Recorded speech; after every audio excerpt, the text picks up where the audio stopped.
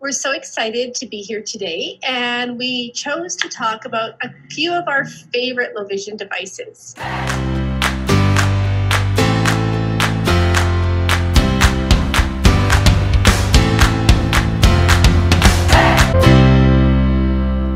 Today we want to talk about some of the 6 favorite low vision devices that we have, and we're going to definitely leave lots of time at the end for some questions if you have.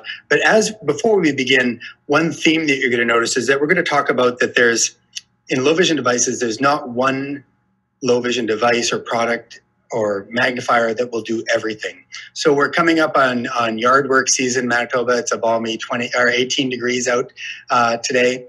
And so just like in the garden, a rake doesn't do what a shovel does, and a shovel doesn't do what a hand spade does. You need the right tool for the right job, and low vision devices are the same. Some products will do one thing and not another. So as we share these 6 devices, we're going to tell you a little bit about what they do, pardon me, and what they're ideally suited for. So the first one I wanted to talk about was handheld magnifiers. So handheld magnifiers are great for spot viewing. Excuse me. So these are things like getting your mail from the mailbox and being able to read it, looking at price tags. My grandma, she'd also always used to tell Selena that she would use a little handheld magnifier to get her key in the door so she can see where that goes. Even checking medicine bottles, looking at bottles like you're telling the difference between your shampoo and your conditioner, things like that. So anything you want to just look for a short period of time, things like reading your eye drops, making sure you put the right eye drops in. Last weekend, I had a patient that texted me saying that I need to see you, Dr. Nelson, because I put my dog's ear drops in my eyes because she mixed up her bottle. So sometimes that happens fortunately not very often, with super glue, but it's important to be able to read those labels correctly. So these devices are terrific for that. They're easy to carry in a pocket or a bag. So these magnifiers, they're going to come in a wide variety of, they're going to come in different strengths. And you'll notice on most of these devices, they're going to have some numbers on them. And I'll tell you a little bit about what these numbers mean. So you're going to see a times number. So in this particular slide, it shows 4 times. And then you'll see another number that has a D that says 12D, and that refers to diopters. So almost all of these handheld magnifiers are going to be labeled like that, with a time number and a diopter number so you to know what the strengths are. When we are looking at these devices as optometrists, we mostly focus on the diopter number.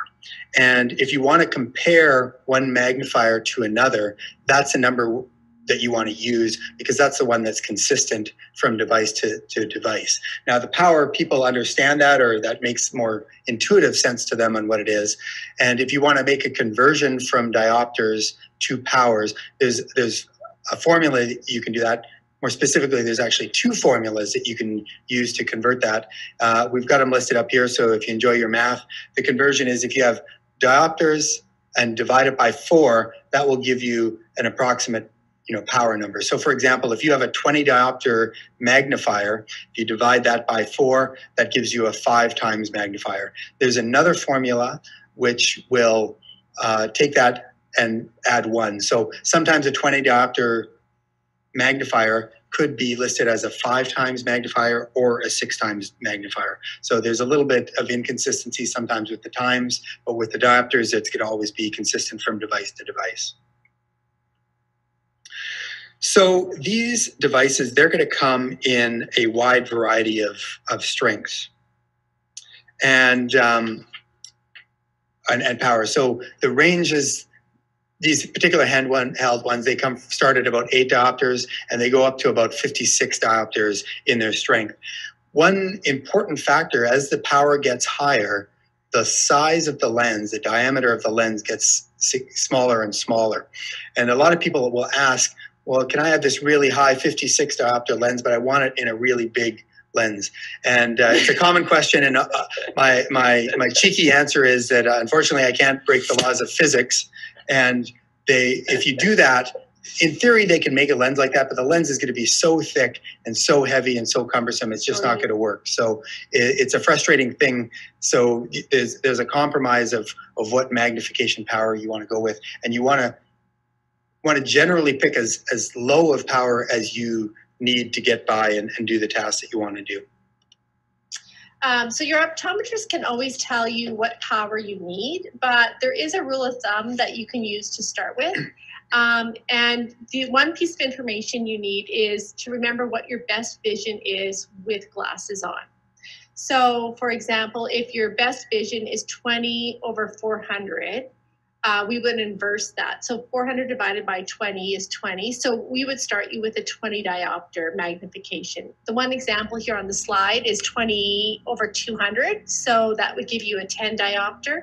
And start with that and play with that first. So 20/80 vision would be 4 diopters. And if you have 20/50 vision, you definitely want to start with at least a 2.5 diopter magnification. One thing that I didn't mention previously when I was talking about magnification strength, so a lot of the ones you'll get from your optometrist, they're going to start at about 8 diopters. If you get one from like Walmart or a drugstore, the highest those will go up to would probably be maybe a 4 diopter or a 6 diopter. So they're quite low powers compared to the ones that you'll typically get from the optometrist. So these handheld magnifiers, a great new feature on them that they have is they have a really bright LED light. If you're seeing this here on the screen, it's got a pretty bright light on it. The nice thing about the LED light, it's really bright, but it doesn't burn out. And so there's no bulb that you have to change. It has batteries that this one takes 3 AAA batteries. The batteries will burn out, but the bulb won't. And it's a great feature for it. The key for these handheld magnifiers is how you use them. And unfortunately, most of us, the only place you've seen someone use a handheld magnifier is in a TV show or a movie, and almost always they're using them wrong.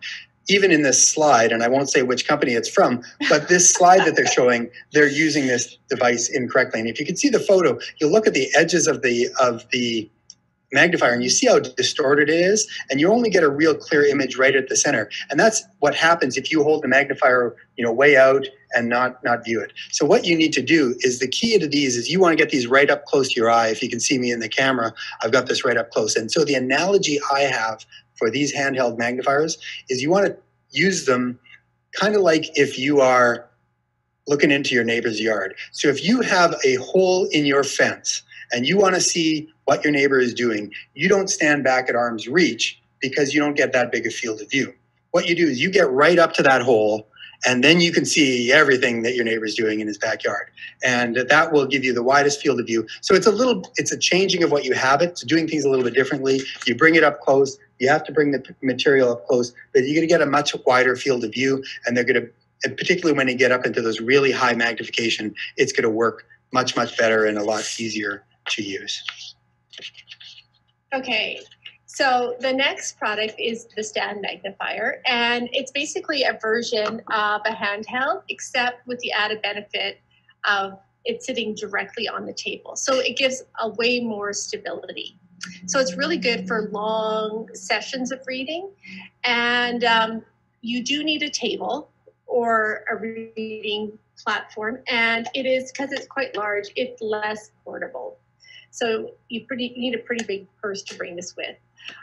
They come in the same power ranges as the handheld. So if you're already using, like, for example, a 20 diopter handheld, that it would be natural to start with the 20 diopter stand magnification. You do need to get up close. So you want to make sure that you have a comfortable chair and a good working area, because you don't want to be too far from the top of the stand magnifier. And they're made by a number of companies. So he has an example of one there, and I have one here. We also have another line besides these 2 lines that the stand actually and the handheld separate. So you can take it and use it portably to look at your thermostat, and then you can sit down and read your newspaper. That's a great point, that there's a place to use both of these devices, to have a little handheld that you can have portable, but then also have the stand at home that is a little bit more sturdy and stable to use. So our next one actually technically is another stand magnifier, but it's called MacularLux, and it's a little bit different than the other ones. So it's different because it's called a sliced dome magnifier, and it has the added benefit of a super, super bright LED light, and it sits flat on the page like the other one. And the beauty of it is that it's the full width of a newspaper column. So no more sliding your magnifier left and right. You get the whole line without distortion in the stand. So you're just sliding the magnifier forward and back instead of all the other, because it can be tricky navigating sometimes. And this one actually comes in 2 different strengths, and it's pretty modern looking too. Yeah, I love this one. This one's a favorite because it looks nice.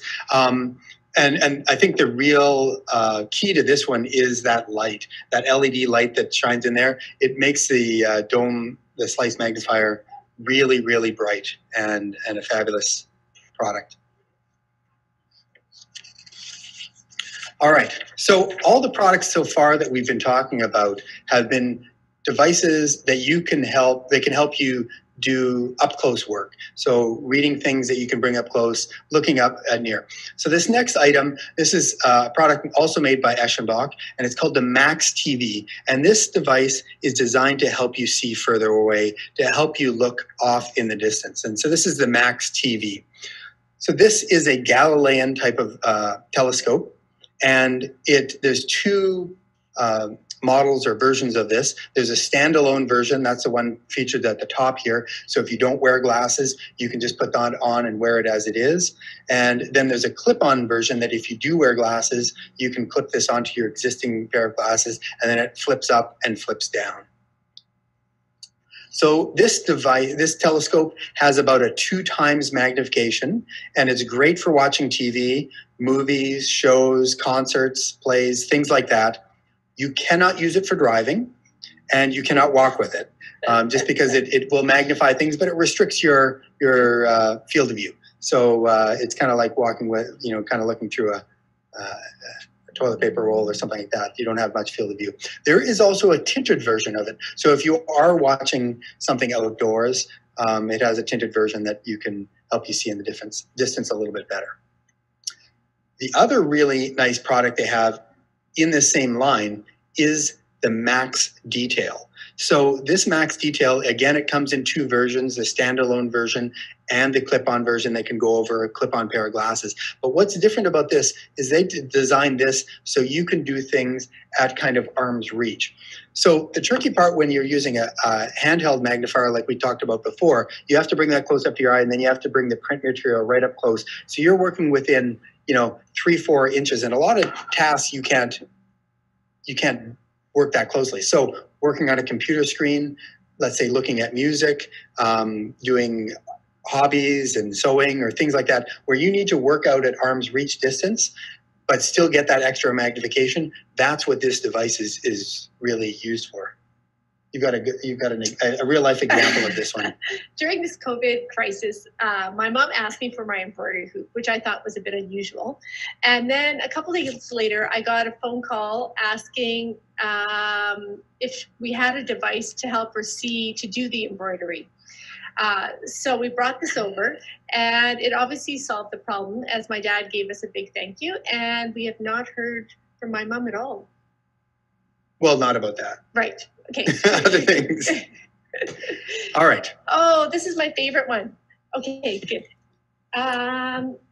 So this is the SmartLux digital magnifier. It is awesome. It can replace a handheld and a stand magnifier in one. So basically it works for short-term things like price tags. It works for extended reading. And Michael just changed the slide. So you can angle it to do a bunch of other tasks. So you can sit and write, you can thread a needle. It's basically a mini portable CCTV. So this one has a screen that's 5-inch, and it fits nicely in the hand. So I think this is our favorite size. Yeah. And it's very, very intuitive. So you do not have to have ever used a cell phone. You don't have to have ever used a computer. There's no prior knowledge of anything electronic, like basically a toaster. It is so good. So there's very little learning curve involved. And there's only 4 color-coded tactile buttons. So even the patients that have quite reduced vision or new to having reduced vision, it's quite easy for them to learn to use. So basically the big one, you just toggle through the magnifications. And another beauty is that you have 5 times, 7 times, 9 times, and 12 times magnification in one device. And then even more exciting is the contrast. So for those of us with average vision, it's not a big deal, but the patients with vision loss, this is a big game changer. So it has colored, enhanced black and on white, reverse contrast, yellow on black, and black on yellow. It also has a freeze frame mode, so you can take an image and you can go and study it later. So if you want a phone number, you can, or a price tag or whatever, you can subtly take a little picture and then later sit and study it and look at it.